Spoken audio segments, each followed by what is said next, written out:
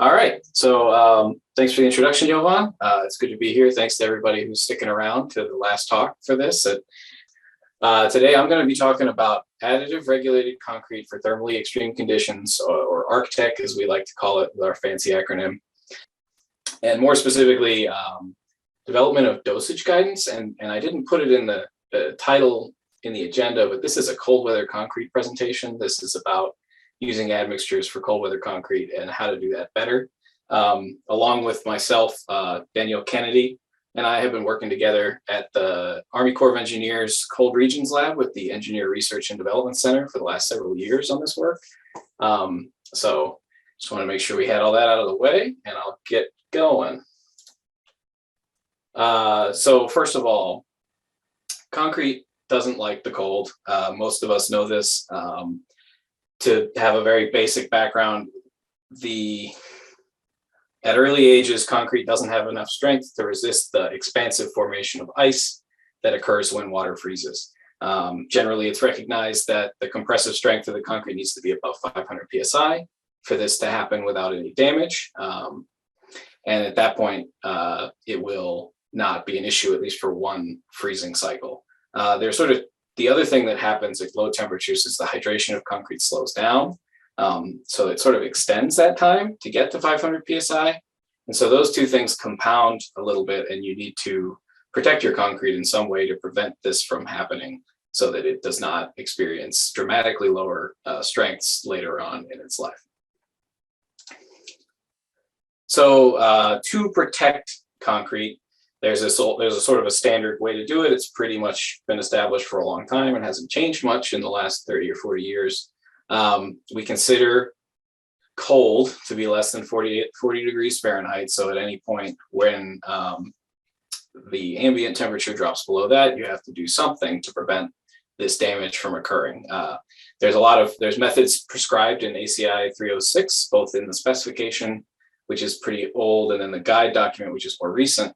But these methods all have something in common, and it's that they focus on keeping the concrete warm. That's the sum total of what they hope to achieve. So methods to do that are a lot of work, and they can be kind of expensive and labor intensive.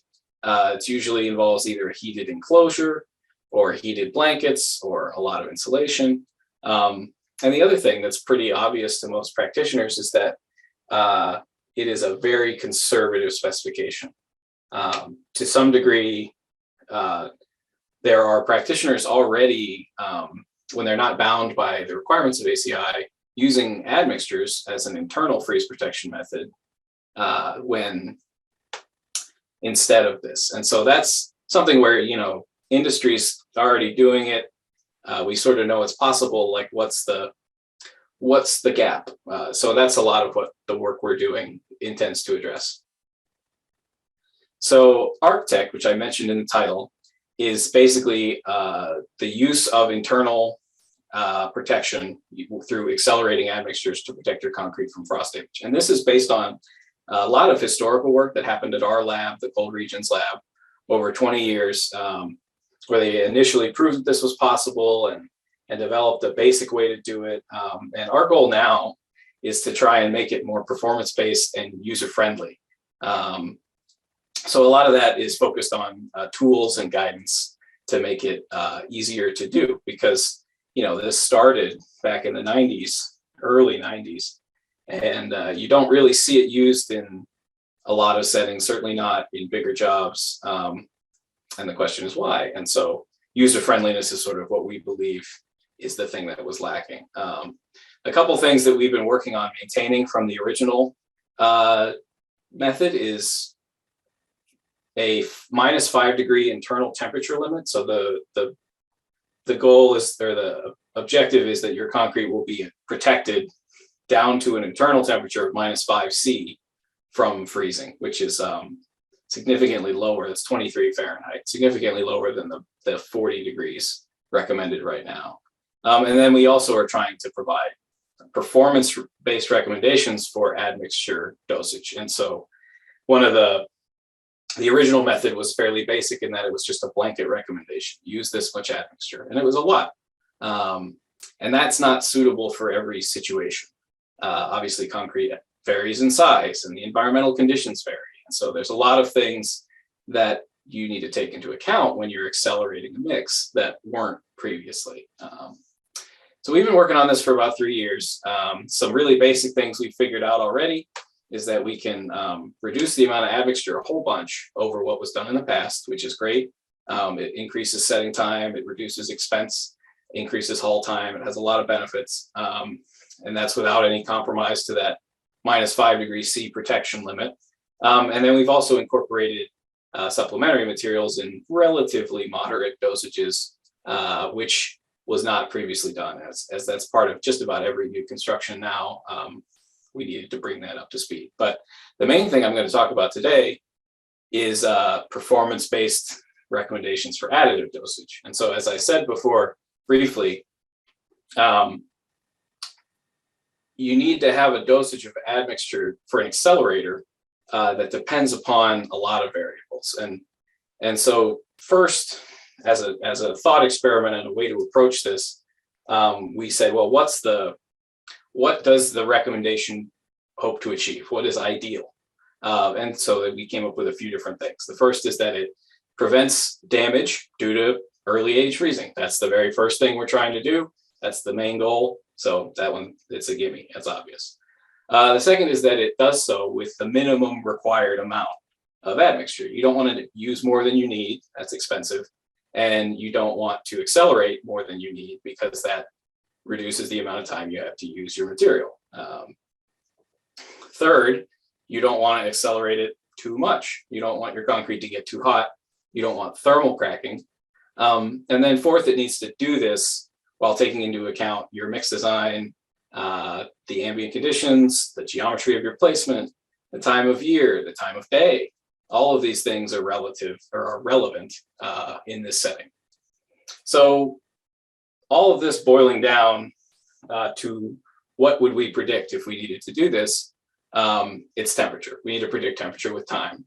And fortunately, that's something that's done a lot in the concrete industry, particularly in mass concrete. So what we decided to do was adapt an approach from mass concrete where an adiabatic temperature rise curve is used to predict temperature over time of a hydrating concrete element.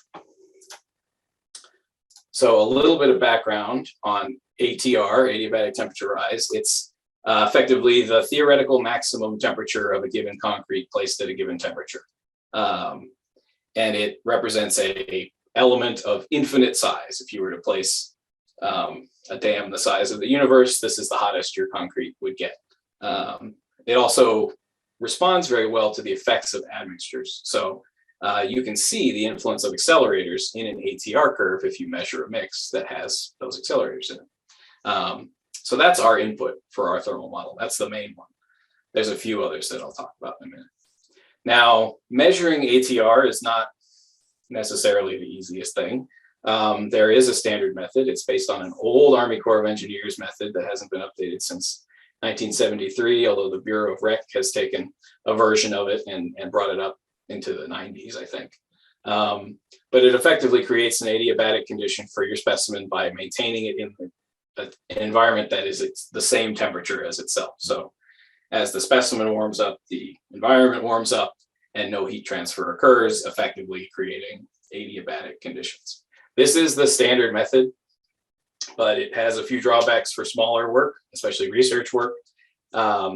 It's expensive. It costs, $12K, $11K to do a run. It's got a huge specimen. It's like a 55-gallon drum full of concrete. And that's, for us, we wanted to be able to enumerate through different mixes more quickly. So we created a small scale match cure chamber that is a lot easier to run, requires a lot less volume. Because we're really concerned with early age properties, we don't need to run the test for a month, which also gives us more turnaround on specimen time. And with modern instrumentation and some of the very, very accurate sensors that are available, you can get the error in these tests down very high or very low. And right now we're working on a second version of this chamber that capitalizes on that even more. Just for illustration purposes, here are 3 adiabatic curves we captured from specimens with varying amounts of a non-chloride accelerator. So these 3 curves give us, show the response difference for different amounts of admixture, and also give us sort of a spectrum to work off of as we begin to simulate thermal behavior. So for simulating this behavior, we're using a pretty basic approach, finite element modeling. It uses a custom heat generation term that is custom in that most software doesn't support it by default, so you got to add it, but it's not anything new. I adapted an approach from Martinelli et al. 2013, but it's effectively identical to the way Diana works and the way several other purpose-built concrete thermal modeling packages work. But it will compensate for the fact that the model is not in an adiabatic condition, adjusting the temperature and the rate of heat release accordingly. I built this model in MATLAB because I know MATLAB. It's just a transient heat flow analysis. It's easy to add your boundary conditions. It can scale up to 3D if you want to do that. But most importantly, and the main reason I did it in MATLAB other than I know it, is you can run many simulations easily. It's easy to build in batch simulation capability, which is something that most more intensive, I guess, user-friendly GUI-based software packages don't do readily. So I said ATR was our main input, but there's several other inputs required to run the simulation. So first of all, geometry is whatever geometry you decide you want to run. For us, we used a slab on grade as a test case for a lot of this. But then also you have the thermal conductivity, specific heat capacity and density of all of your materials. Most of these are sourced from literature. You have initial temperatures for most of your materials. Some of those are set by user, by the user. You say, I want my concrete to be 55 Fahrenheit when it shows up. And so that's what it is. You can also do your soil temperatures, and we look at climate data and seasonal averages to simulate a specific time of year. There's also ambient temperature. You could just pick an ambient temperature that's constant, which is a little bit sort of a fudge. For a validation run, you can use a measured temperature profile, which we did a little bit, but mainly I wanted to have fidelity to temperature swings on a daily basis. And so I found a paper that was agricultural, intended to figure out how many degree days of growing you have and use that to generate synthetic daily temperature profiles. So that allows us to sort of see what the time of day looks like, you place in the morning versus the afternoon. And then finally, you have boundary conditions. You have heat loss boundaries between your concrete and the air. You also have your soil. You have you only simulate so much of the soil. And so you set a boundary condition there to provide fidelity. So we did a really simple validation case for the model. Once we got it running, we have a bunch of cylinder temperature data from the lab. And we cured cylinders in 2 different conditions, both bare and insulated in a -5 degree Celsius cold room. And so by simulating both of these cases at the same time, without changing the heat evolution behavior of the model, you can get a decent idea of how it's doing. And again, this is all basic validation. I'm talking about a workflow a lot here, and there's a lot of work to be done still, but we got pretty good fidelity with the model to the actual measured data. The orange or I guess yellow and purple traces are the measured cylinder temperatures, and the blue and red are the model. And you can see it within a degree or 2 Celsius, with the exception of when there was that phase change, which we don't account for in software. So moving to sort of speculative, enumerative simulation type work, we have A test case, which is a slab on grade defined by these ratios with 3/4 inch plywood formwork, the option to use a 10 mil plastic covering, just like visqueen, or a R2.8 insulating blanket. And then for this example that I'm going to show, we used an ambient temperature. We picked the Hanover, New Hampshire, which is where we are. Picked a January day, which has an average high of about -1.5 C, which is 35 Fahrenheit, down to about -13 C, which is 9 Fahrenheit, and soil temps around 25 Fahrenheit. And you can see a 48-hour simulation with a 60 ounces per hundredweight dose of accelerator.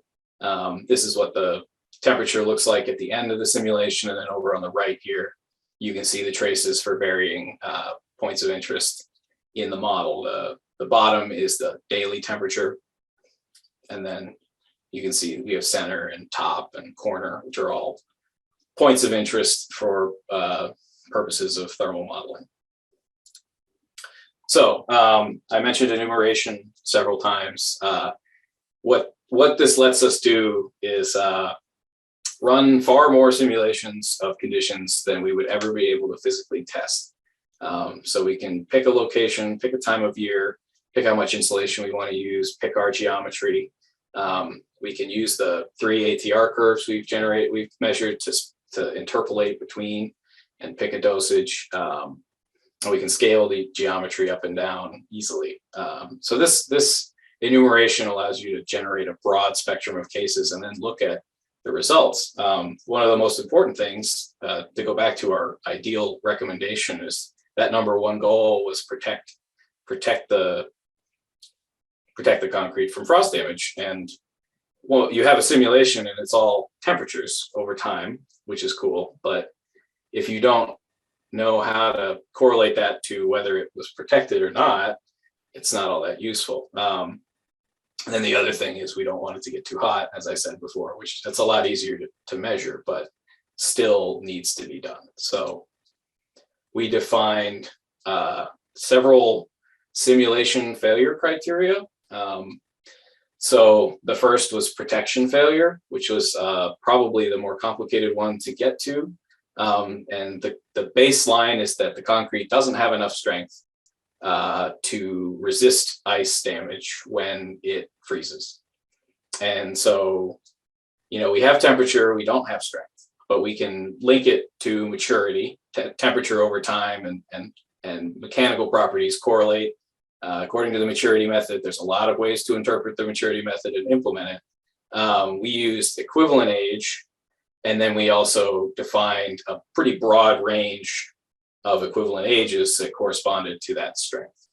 So what we are basically saying is that we have done a bunch of testing. We know where our cylinders all were. We know their temperature histories. We can guess at where they were at 500 PSI and put just a big fat range on there and go based on that. And it's conservative right now. It'll need some more detailed follow-up study, but it does give us something to work off of that's quantifiable. One of the other things that we've incorporated is we know that more admixture reduces your freezing point. And because it's when the concrete reaches freezing that it needs to have that strength, it's important to account for that freezing point in the model. And fortunately, the relationship between dosage and freezing point is linear and easily measured. So we just looked at what it was for this admixture and put that into the model. The other criteria is overheat. So what we decided to use was what they use in mass, which is a differential between the hottest and coldest part of the block exceeding 35 Fahrenheit or 20 Celsius. So with these criteria, basically the results of the simulations fall into 4 categories. So the first is high probability of frost damage. So what that means is that the strength at freezing had an equivalent age, or the equivalent age at freezing was quite a bit less than what we thought it should be in our range of acceptable values.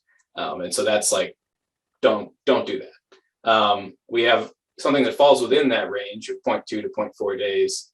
And we say, okay, well, we don't actually, that's possible because we have some uncertainty right now. But we basically interpolate between those two values and go, there's like a likely and I'll show you guys the charts in a second. Then there's success, which is an equivalent age of greater than 0.4 days, which is, again, pretty conservative for us, but just based on our lab data.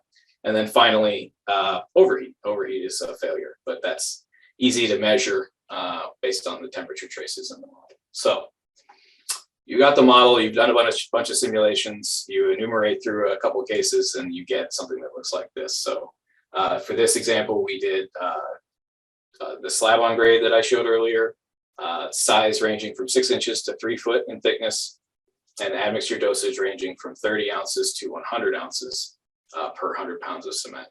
And that totaled up to be about 86 cases, 86 simulations, I think, for this, to generate the charts that you're about to see. So here in the first case, we did a January day in Hanover. This is the same as the example I showed earlier, with a 10 millimeter or 10 mil plastic cover. Placement was at 9 in the morning, and the fresh temperature of the concrete was 15 degrees Celsius. And you can see you have a wide range of outcomes on this chart, which shows all of these cases, dosage versus thickness. And so you can see, at low dosages and low thicknesses below 12 inches, you're pretty likely to get damage. As you move up in thickness, you can get away with a low dosage, or as you move up in dosage, you can get away with lower thicknesses. But then also, if you go too high in your thickness with any of these dosages, you get an overheat condition. And so that's pretty interesting, and that sort of makes sense intuitively. That's kind of what we would expect. So we can take and say, well, instead of using plastic cover, let's use a blanket and see what the difference is. And so you get a big difference in behavior. Suddenly, you don't need much admixture, even at the thinnest slab size. So it's cool to be able to just change things and see how they behave. You can also go a different time of year. We'll do March, where it's warmer. It's just above 40 as a high, and then it gets down below freezing at night. With plastic, you can see this ideal range is a lot bigger, and that really dark blue high probability of damage range is gone. We still can overheat our slab, but it's not quite as easy to do. And then we can go the other way and try somewhere really cold. We can go to Fairbanks in winter, which is -17°C is the high and -28°C. The high is just above 0 Fahrenheit, and the low is quite a bit colder. Even with a blanket, you can see the range of places where you might be able to actually do this successfully is pretty small. And so these charts are sort of an intermediate way of visualizing the data from the simulations, but they also showed us some things that we didn't necessarily expect to see.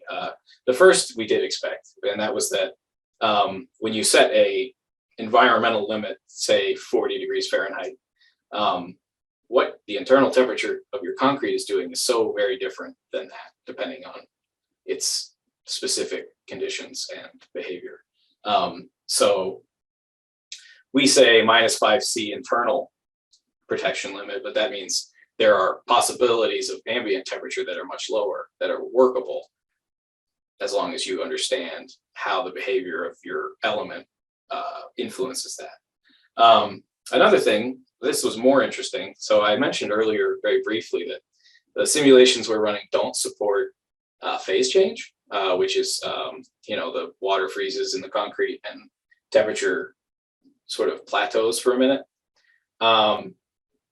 This is actually conservative because the freezing point of our concrete is lower than the freezing point of like a frozen ground. So if you were placing on frozen ground, the ground would thaw, keeping your concrete warm near the ground, warm being relative, above its freezing point for a period of time, which gives you a little bit of a buffer. And then another thing to know about this model is I said there's a lot of uncertainty, and so our lower limits are pretty conservative right now. we know things can get colder than what I've specified in our criteria. Above 60 ounces per hundredweight, for example, we know that -5C is an acceptable limit. Right now we're using maturity there. We could go lower, but we don't understand how it behaves. We don't understand how that limit changes as you go below 60 ounces per hundredweight, so we didn't want to make any gross assumptions, but we need to work on refining that. So the next steps, we've got all these enumerated cases, is to condense it down into some sort of more comprehensive guidance. Nomograph would be really cool. An Excel lookup table would be very interesting. You could also do a wheel calculator, which is useful maybe for our Army folks who need something out in the field that's easy to use. And then validation and refinement. So I mentioned that this is many ways a demonstration of a workflow. We've got this all put together and we know how we want to use it, but we need to go out and do bigger placements and take measurements and validate the behavior. We have a study ongoing right now that just started that's going to involve bigger slabs in our refrigerated warehouse that we have at our lab.